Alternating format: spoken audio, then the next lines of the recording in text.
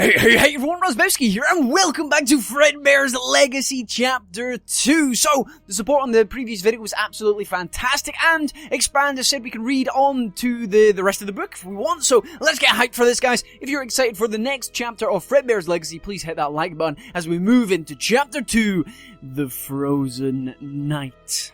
I took a deep breath in the condescending morning air as I reached out of bed and began to walk the bright steps into a new, cold December day. I walked through my apartment barefoot, feeling the floor pressing against my feet, and sat down on the now stained state of the couch. The sunlight reached in through the windows, now casting a glare across my apartment, and made for a beautiful day. Then I instantly remembered the file, the one that crawled all over my mind yesterday, the pizzeria case.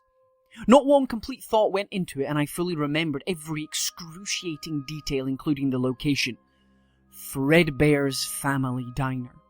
I would have to work on that case sometime, but I reminded myself that today was my day off. It's time to forget all about the troubles of work.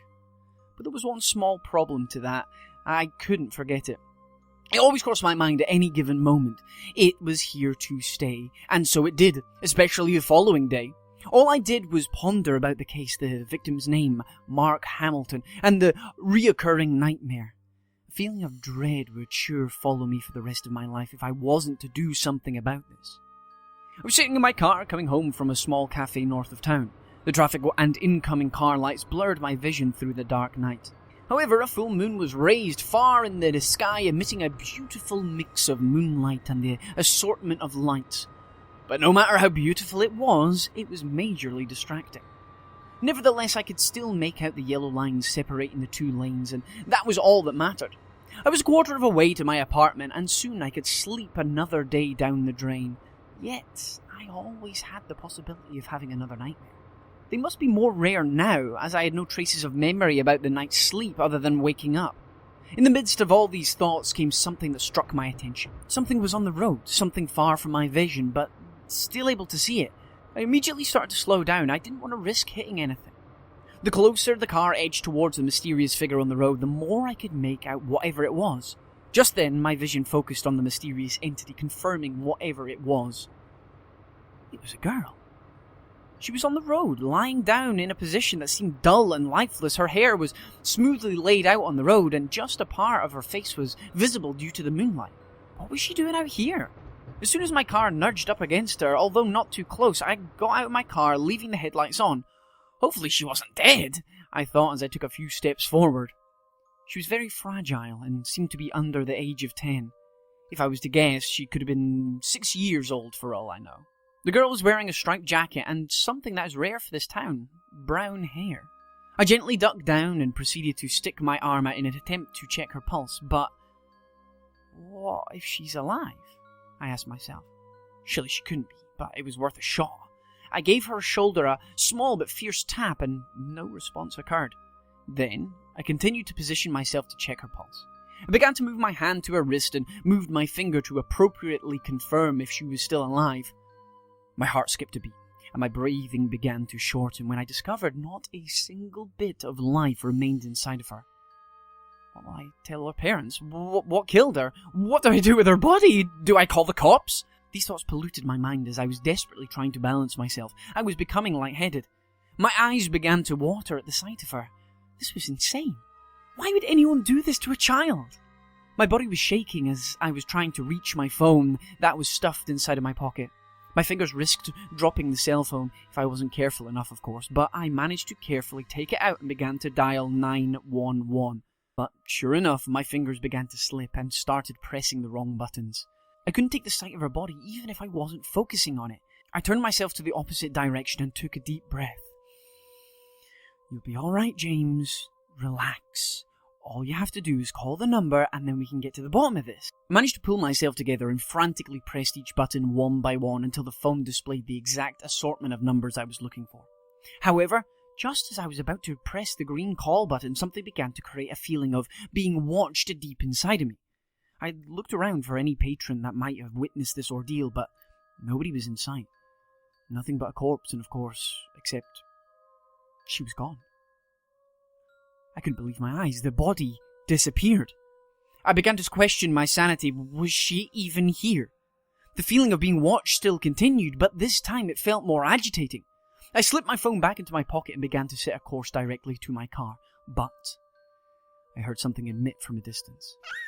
It was a laugh that seemed familiar, a high-pitched noise that created a sense of happiness in all this despair. But where did it come from? There she was, standing in the pale moonlight with a small shine of yellow casted on her head. She was directly under a pole light, not too far away from me, except for a couple of feet. She was dead. I was sure of it. I checked her pulse. She wasn't moving, and I couldn't recall her breathing either. Did I check it wrong? My mind was racing too much to even produce a straight thought, and the only thing I could focus on is how weird this whole situation truly is. The shining pole light confirmed her young facial structure, and the small fact that there were small bags under her eyes, and she seemed extremely skinny. By now, I was freezing, and I began to shake even more as the wind blew more cold air. The girl didn't even react to this, and if it was enough for a grown man to shiver, then this can't be happening. I struggled to let out any sort of verbal communication through this confusion. My mind paced back and forth, and I began to shake even more than before. I was terrified of what she was. Was she a ghost, or was she just a girl, or is she even there? I began to move my lips, and in a fit of anger due to the exceptional amount of time it was taking, I began to form a sentence. "Where are your parents?" I asked. It might have been the stupidest thing to say, as the parents must have been neglecting the child in the first place. Why else would she be standing in the cold, staring at me with little to no movement? Was she as scared as I was? Was I scaring her? I couldn't be scaring her, though, as I was visibly not trying to attack or provoke her.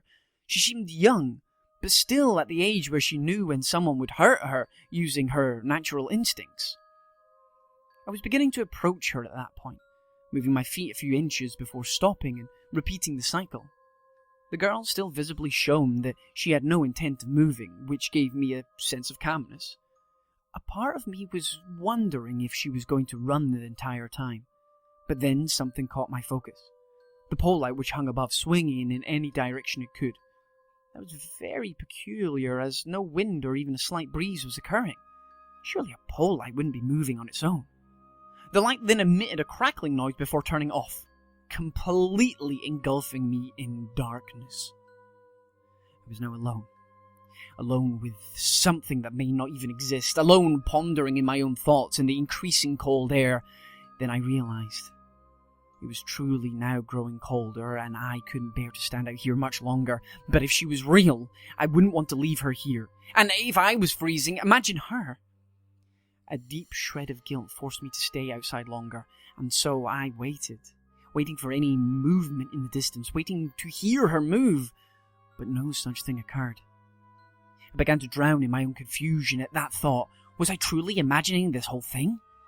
With a few seconds of hesitation and the cold air touching my skin, I quickly ran back to my car and furiously turned on the seat warmers.